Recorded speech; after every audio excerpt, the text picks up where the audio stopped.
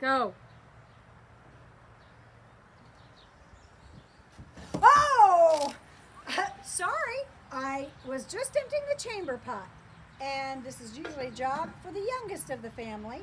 But yesterday, the youngest of the family opened that window up there and almost emptied the chamber pot down below onto their sister. So today I decided it'd be a job for me to empty the chamber pot. Now the chamber pot's something that is used during the night here at the McKinnis house, and that way they don't have to go out to the outhouse when there's wild predators out there. So I'll also show you our outhouse, but one thing I really encourage you, if you're building your own outhouse, the men folks say that the outhouse is 100 yards too close in the summer, and in the winter it's 100 yards too far away. So build your outhouse kind of halfway between. Ours is out here at the end of the garden, and it's a two-holer because Sarah and Charles have 6 children, and so if 2 girls or 2 boys wanted to go to the bathroom at the same time, they could. So we're going to take a look at the outhouse, and it's kind of a privilege to have an outhouse, and some people refer to it as a privy. Some have different things that they use actually to go to the bathroom. So while we look in the outhouse, take notice of what you have to have in your outhouse to go to the bathroom. And sometimes when you're actually visiting, if you notice whether the outhouse has a diamond window on the side for aeration, or it might have a star moon in it.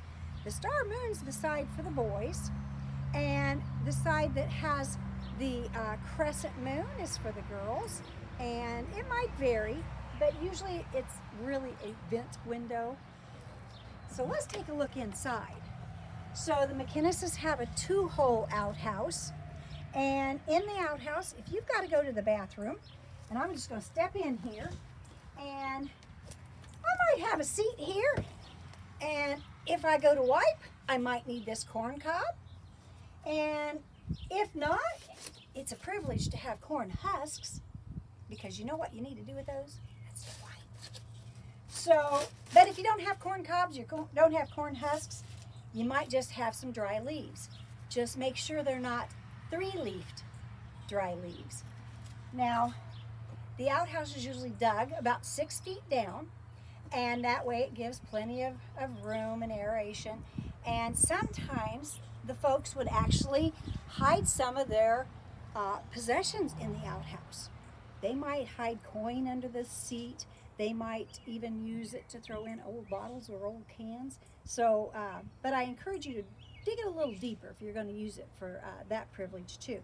But here at the McKinnis house, one of the boys, he was having a little fun a couple of weeks ago, and he tipped the outhouse into the creek bed that was over by Mr. John's house. And when Mr. John confronted him and said, "Did you tip my outhouse into the creek bed?" the boy said, "No, I didn't." And he said, "Don't lie to me." And you know, when George Washington's son cut down the cherry tree, the boy told the truth, and he didn't get in trouble for it. And he said, "Now, did you tip my outhouse into the creek bed?" The young man said, "No, I did not." And he said, "Come on, you're not going to get in trouble if you tell me the truth." "Fine, I did it. I tipped it in." And the guy started wailing on him. "But you said I wouldn't be in trouble." Well, George Washington wasn't in the cherry tree when his son chopped it down. Have a good day. My name is Sarah Fishel, and it's been a privilege to have you at the Privy.